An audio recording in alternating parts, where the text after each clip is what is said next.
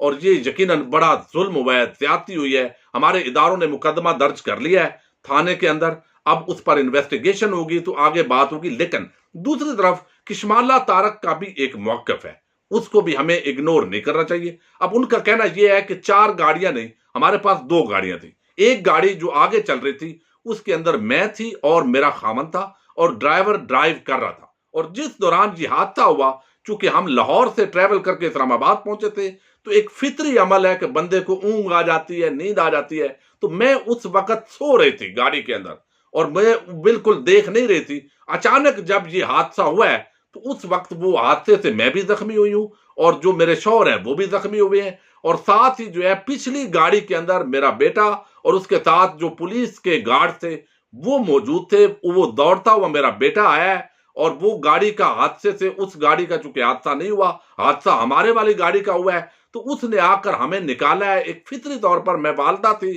تو اس نے آ کے نکالنا تھا ہمیں، تو اب وہاں پر جو ہے وہ مدعی نے غلط فہمی کی بنا پر اس بیٹے کا نام لے لیا۔ اب حادثہ ڈرائیور سے ہوا ہے، اس نے غفلت کی ہے، وہ کہتی ہیں مجھے بھی اس کے دکھ ہے، تکلیف ہے، لیکن مجھے ہمیشہ اس طرح ٹارچر کرنے کی ناجائز کوشش کی جاتی ہے۔ میں تو ہراسانی کی، عورتوں کے حقوق کی بات کرتی ہوں، لیکن کچھ حکومت کے اندر، اپوزیشن کے اندر ایسے لوگ ہیں جو مجھے برداشت نہیں کرتے اور خواجہ آصف کے ساتھ مجھے کنیکٹ کرتے ہیں کبھی کسی اور معاملے کے اندر، اور یہ واقعہ جو ہے اس پر وہ کہتی ہے مجھے بھی دکھ ہے، تکلیف ہے، لیکن برائے مہربانی وزیر اعظم پاکستان نے اس کا نوٹس لیا ہے تو وہ CCTV فوٹیج، وہ تمام پروف دیکھ لیں، اور میرے بیٹے کے ساتھ خواہ مخواہ زیادتی کی جا رہی ہے، غفلت ضرور ہوئی ہے، نقصان ہوا ہے۔ اب یہ اس حوالے سے یقیناً ہماری انتظامیہ کو دیکھنے کی ضرورت ہے۔ گاڑی تو ڈرائیور ہی چلا رہا ہوگا، اس سے غفلت ہوئی ہوگی، لیکن یہ ایک معیار جو ہے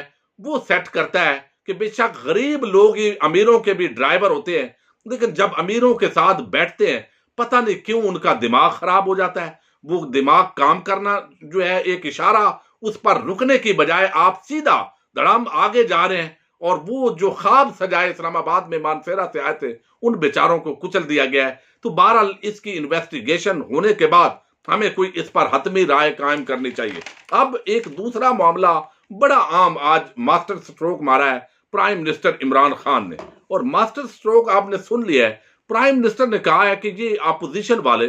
PDM والوں کی بڑی خواہش ہے کہ میں حکومت چھوڑ دوں، تو میں حکومت چھوڑنے کے لیے تیار ہوں، میں استعفیٰ دے دیتا ہوں، لیکن ایک میری شرط ہے، وہ یہ سارے چور ڈاکو لٹیرے یعنی فضل الرحمان، بلاول، مریم، ان کے پاپا جان، یہ سارے پوری کر دیں، اور میں ابھی گھر چلا جاتا ہوں ریزائن دے کے۔ تو شاک ہوئے یار یہ ماجرا کیا ہے، تو ماجرا انہوں نے کہا کہ یہ جتنا پیسہ ان حرام خوروں نے اس قوم کا لوٹا ہے، اگر یہ اس قوم کا یہ پیسہ واپس کر دیں تو میں ریزائن کر دیتا ہوں۔ اب یہ اس پر کوئی جواب اپوزیشن کے پاس نہیں ہے، چونکہ وہ یہی دولت تو بچانے کے لیے، لوٹنے کے لیے تو وہ سیاست میں آئے، پھر اگلی نسلوں کے اندر وہ سیاست منتقل کر رہے ہیں۔ اب انہیں یہ ہے، زرداری ہو، نواز شریف ہو، انہیں بغیر اب سیاست سے کوئی دلچسپی نہیں کہ انہوں نے MNA بننا ہے، وزیر اعظم بننا ہے۔ اب ان کی کامیابی یہ ہے کہ جتنا اس سیاست کے ذریعے لوٹ مار کی ہے اس کو ہم نے محفوظ کیسے کرنا ہے، ہم نے احتساب سے بچانا کیسے ہے، اور اگلی ہماری نسل بلاول، مریم، یہ جو خاندان ہے اس کے اندر سیاست منتقل کرنی ہے تاکہ وہ نااہل نہ ہوں، اور ہماری یہ خاندان جو ہے یہ اگلی نسلوں پر بھی حکمرانی کریں۔ یہ بیسک ہے ان کا خواب اور ایجنڈا، اور ہماری جو پیاری عوام ہے اب اس کی سوچ پر بھی قربان جائے، وہ بھی یہی دیکھتے ہیں کہ اب ایک بندے نے آج بڑا ایک زبردست ٹویٹ کیا ہوا تھا، اور وہ کہتے ہیں بھائی جان کہ PIA کا خسارہ 400 ارب، سٹیل مل کا خسارہ 300 ارب، ریکوڈیک کا جرمانہ $6 بلین، براڈ شیٹ کا جرمانہ $30 ملین، اور اس کے ساتھ ہی گردشی قرضہ IPPs کا 2300 ارب، غیر ملکی قرضہ $95 بلین۔ اس طرح کے تمام محکمے خسارے میں چھوڑ کر جانے والے جو لوگ ہیں، پھر ان کی چوری بچانے کے لیے لوگ سڑکوں پر نکلنے کے لیے باہر آتے ہیں، تو ان کی عقل کو بندہ کیا جلی کر سکتا ہے، اس کا کوئی علاج نہیں ہے۔ لیکن اس کے ساتھ جب پرائم منسٹر نے یہ اناؤنسمنٹ کی ہے تو اب مریم نواز کو اور تو کچھ آیا گیا نہیں کہ اس کا وہ جواب دے، چونکہ آج تک وہ جھوٹ، کبھی کیلبری فونٹ، کبھی لندن تو کیا پاکستان میں جائیداد نہیں، کبھی قطری خط، یہ ساری جال سازیاں تو ان کی رنگے ہاتھوں پکڑی گئی، اور آج کل انہیں فلیٹس کے اندر ان کا ڈیڈی بیٹھا ہوا ہے، بھائی بیٹھے ہوئے ہیں جس کا وہ انکار کرتے رہے۔ تو اب وہ انہوں نے آگے سے کیا جواب دیا؟ جیسے بندہ حواس وہ کہتے ہیں کھو جائے تو ایسی باتیں کرتا ہے، وہ کہتی ہیں بتاتے ہیں۔ اب چونکہ استعفے دے نہیں رہی پیپلز پارٹی بھی، خود بھی انہوں نے نہیں دے رہے، تو اب انہوں نے کہا کہ ہم بتاتے ہیں آپ کو وزیر اعظم استعفیٰ کیا ہوتا ہے، تھوڑا صبر کریں، ہمارے استعفے ایماندار بندے جیسے نہیں ہوں گے کہ سپیکر بلائے تو غائب ہو جائیں۔ اب یہ غلط الزام لگا رہے ہیں۔ پی ٹی آئی کے جو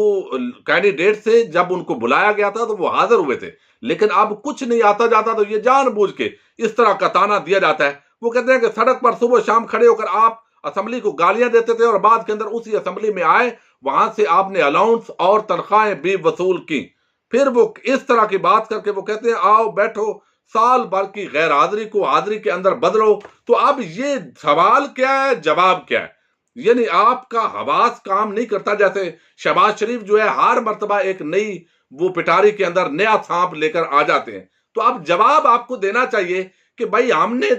جو دولت ہے وہ نہیں لوٹی، ہمارے والدین نے نہیں لوٹی، لیکن چونکہ آپ نے لوٹی ہوئی ہے، آپ نے قومی خزانے پر ڈاکے ڈالے ہیں، اربوں روپے کا اس ملک کو مقروض کرنے کے بعد آج یہ تو عوام کی بے شعوری ہے،